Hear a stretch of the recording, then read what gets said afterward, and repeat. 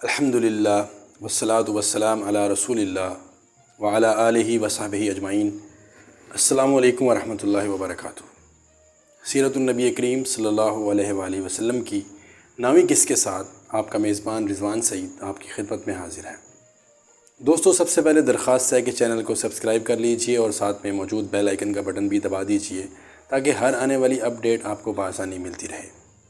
سیرت النبی کریم صلی اللہ علیہ وآلہ وسلم سے محبت رکھنے والے دوستو، آج کی ایپیسوڈ میں ہم چند اہم واقعات آپ کے گوش گزار کریں گے، جس میں آپ صلی اللہ علیہ وآلہ وسلم کا بچپن میں ملک شام کی طرف سفر کا واقعہ، جنگ فجار اور حلف الفضول کا واقعہ، اور اس کے علاوہ آج کی قسط میں ہم آپ کو یہ بھی بتائیں گے کہ کس طرح ہمارے آقا و مولا محمد الرسول اللہ صلی اللہ علیہ وآلہ وسلم صادق و امین کے لقب سے پکارے جانے لگے۔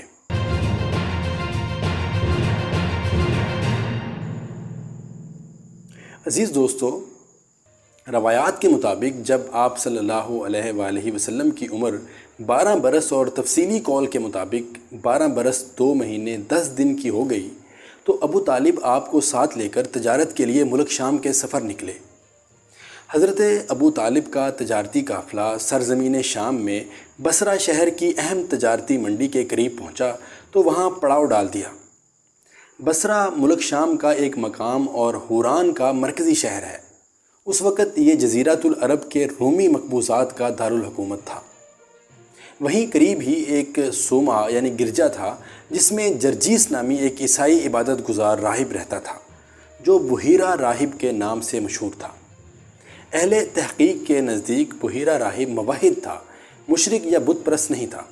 وہ تمام آسمانی کتابوں کا عالم اور نبی آخر الزمان کی جو علامات آسمانی کتابوں میں مذکور تھیں ان سے بخوبی واقف تھا۔ اس سے پہلے بھی بارہا اس کے صومعہ یعنی گرجا کے پاس سے تجارتی قافلے گزرتے رہتے تھے، مگر بحیرہ کبھی کسی کی طرف ملتفت نہ ہوا تھا۔ لیکن جب اس بار حضرت ابو طالب کا کارواں تجارت اس کے گرجا کے پاس سے گزرا تو اس راہب نے اپنی خانقاہ میں سے دیکھا کہ قافلہ والوں میں سے ایک نوجوان پر ابر سایہ کیے ہوئے ہے۔ بحیرہ راہب اپنی بصیرت سے پہچان گیا کہ یہ نوجوان خصوصی اہمیت کا حامل ہے۔ بحیرہ راہب خلاف معمول اپنی عبادت گاہ سے باہر نکل آیا اور متجسسانہ نظروں سے ایک ایک کو دیکھنے لگا۔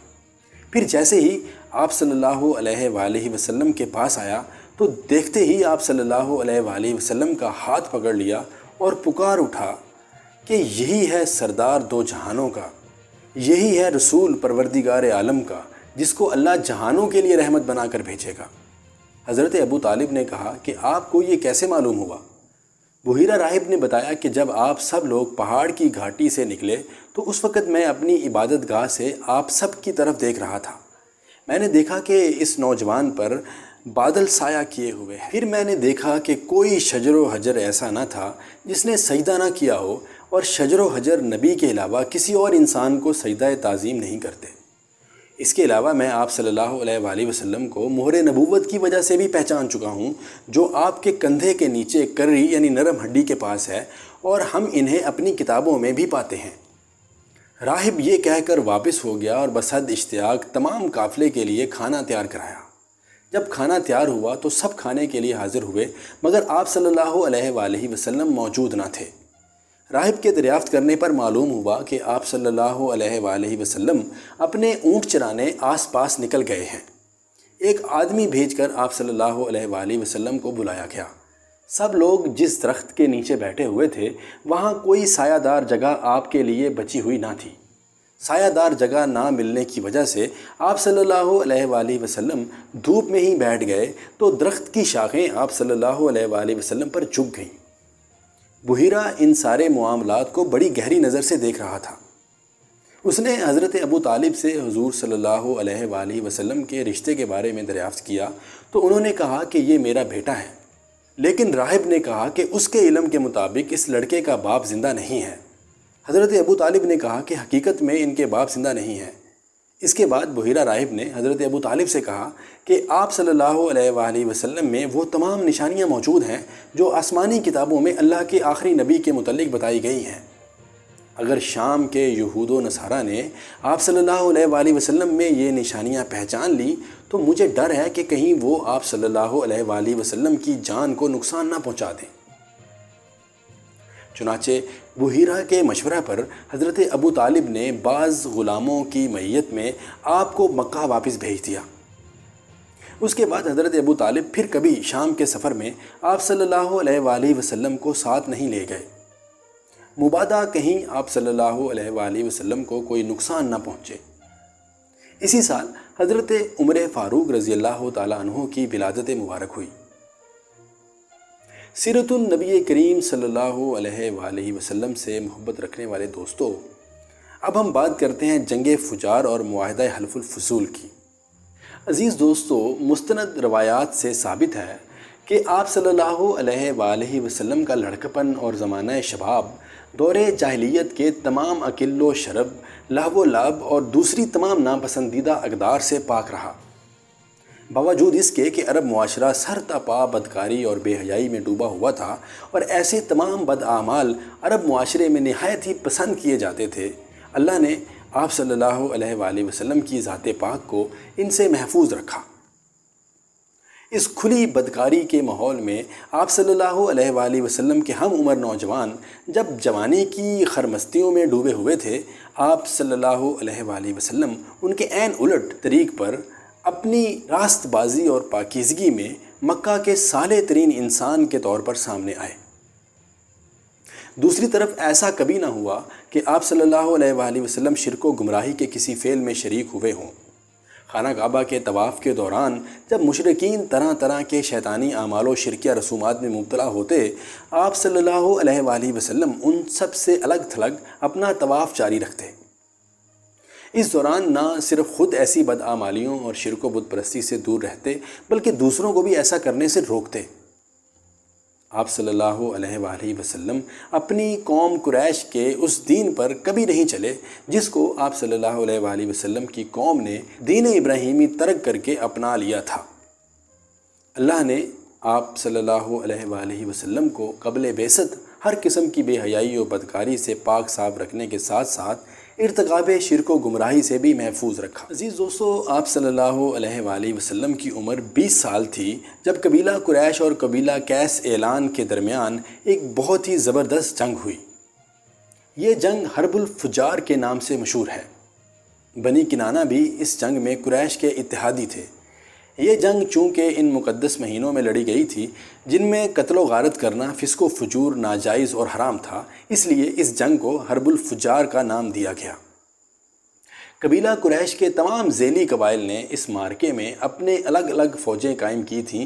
بنو ہاشم کے علم بردار آپ صلی اللہ علیہ وآلہ وسلم کے چچا جناب زبیر بن عبد المطلب تھے، جبکہ ان تمام قریش فوجیوں کی مشترکہ کمان حضرت ابو سفیان رضی اللہ تعالیٰ عنہ کے والد اور حضرت امیر معاویہ رضی اللہ تعالیٰ عنہ کے دادا حرب بن امیہ کے ہاتھ میں تھی، جو رئیس قریش اور نامور جنگجو تھے۔ ابن ہشام کے مطابق بازار عکاظ میں ہونے والا ایک قتل اس جنگ کی وجہ بنا۔ دونوں ہی فریقوں نے ایک دوسرے کو اس قتل کا ذمہ دار قرار دیا۔ بڑھتے بڑھتے یہ تنازع اتنا بڑھا کہ ان میں جنگ کی نوبت آ گئی۔ چونکہ اس تنازع میں قریش خود کو برسر حق سمجھتے تھے اور پھر خاندان کے ننگ و نام کا معاملہ بھی تھا، اس لیے آپ صلی اللہ علیہ وآلہ وسلم بھی اپنے چچاؤں کے ساتھ اس جنگ میں شریک ہوئے۔ لیکن آپ صلی اللہ علیہ وآلہ وسلم نے دوران جنگ کسی پر ہاتھ نہیں اٹھایا بلکہ صرف اپنے چچاؤں کو تیر اٹھا اٹھا کر دیتے رہے۔ اس کی وجہ یہ تھی کہ یہ جنگ ان مقدس مہینوں میں ہوئی جن میں جنگ کرنا حرام تھا۔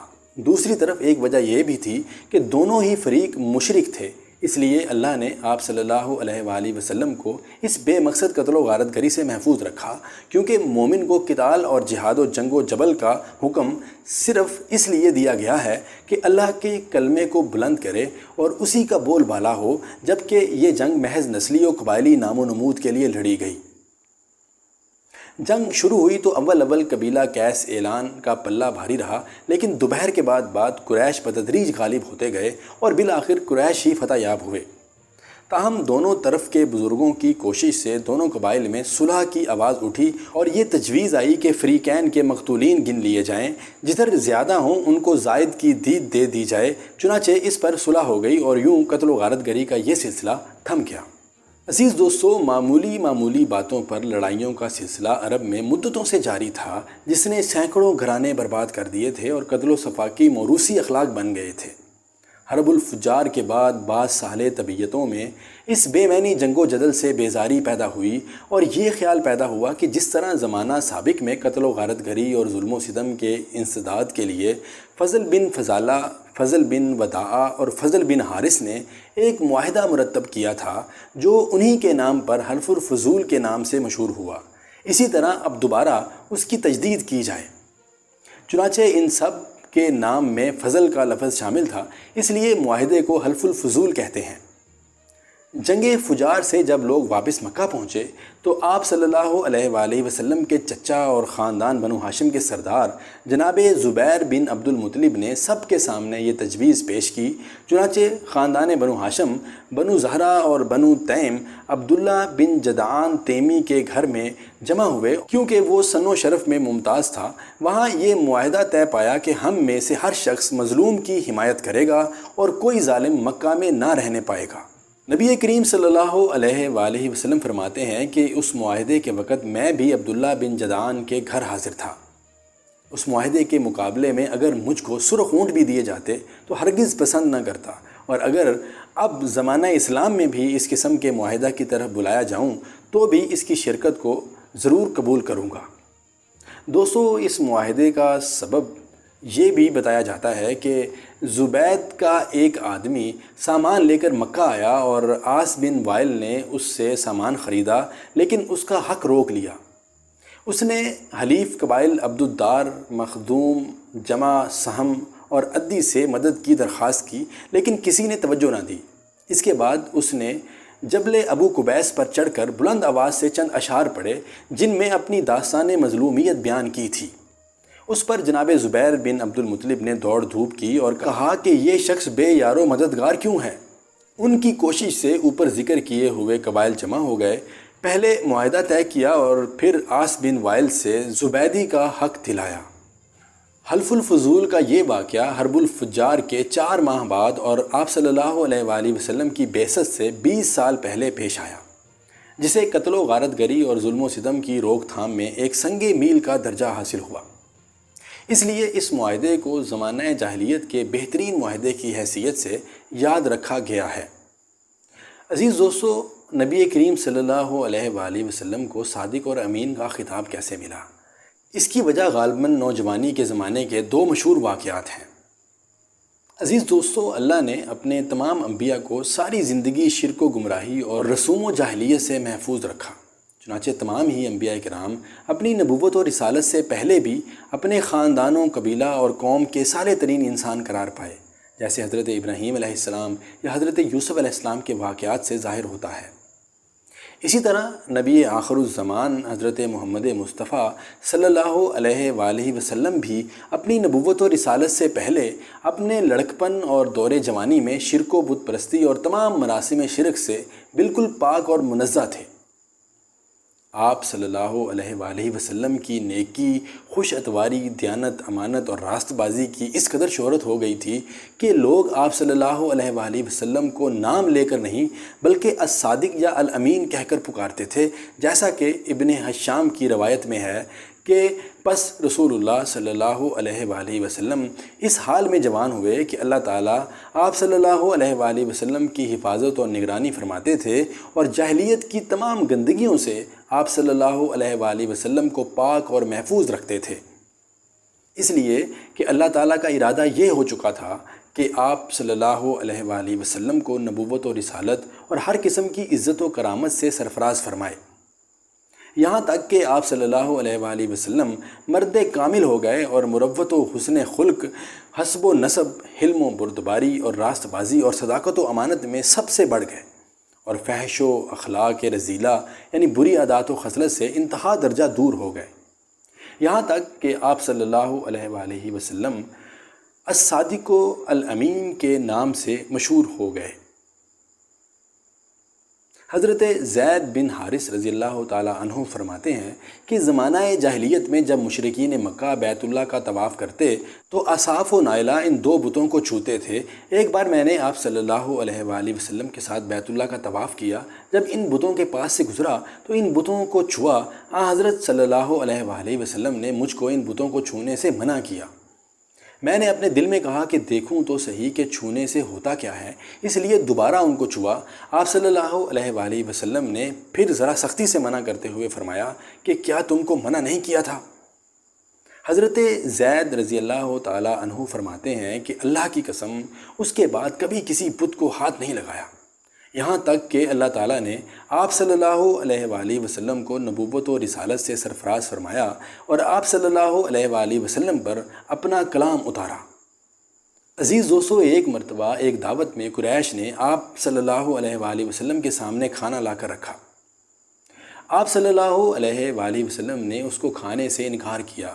وجہ یہ تھی کہ قریش جانوروں کو غیر اللہ کے نام پر ذبح کرتے تھے اور آپ صلی اللہ علیہ وآلہ وسلم کو بتوں کے چڑھاوے کھانے سے اپنی پاکیزہ طبیعت کی وجہ سے نفرت تھی۔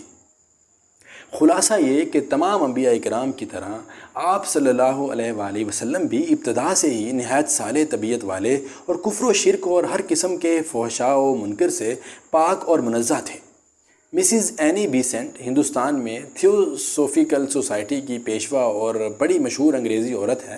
وہ لکھتی ہے کہ پیغمبر اعظم صلی اللہ علیہ وآلہ وسلم کی جس بات نے میرے دل میں ان کی عظمت و بزرگی قائم کی ہے وہ ان کی وہ صفت ہے جس نے ان کے ہم وطنوں سے الامین یعنی بڑا دیانتدار کا خطاب دلوایا۔ کوئی صفت اس سے بڑھ کر نہیں ہو سکتی اور کوئی بات اس سے زیادہ مسلم اور غیر مسلم دونوں کے لیے قابل اتباع نہیں۔ ایک ذات جو مجسم صدق ہو اس کے اشرف ہونے میں کیا شک ہو سکتا ہے؟ ایسا ہی شخص اس قابل ہے کہ پیغام حق کا حامل ہو۔ عزیز دوستو، آج کے لیے اتنا ہی۔ انشاءاللہ اگلی ایپیسوڈ میں ہم آپ صلی اللہ علیہ وآلہ وسلم کے لڑکپن کے چند اہم واقعات لے کر حاضر ہوں گے۔ عزیز دوستو، اگر آپ نے ابھی تک چینل کو سبسکرائب نہیں کیا تو جلدی سے سبسکرائب کر لیجئے، ویڈیو کو لائک اور شیئر کرنا مت بھولیے گا، اور ہاں، اپنا بہت زیادہ خیال رکھیے گا اور دعاؤں میں اپنے ہوسٹ کو بھی یاد رکھیے گا۔ ملتے ہیں انشاءاللہ جلد ہی نیکسٹ ایپیسوڈ کے ساتھ۔ اللہ حافظ۔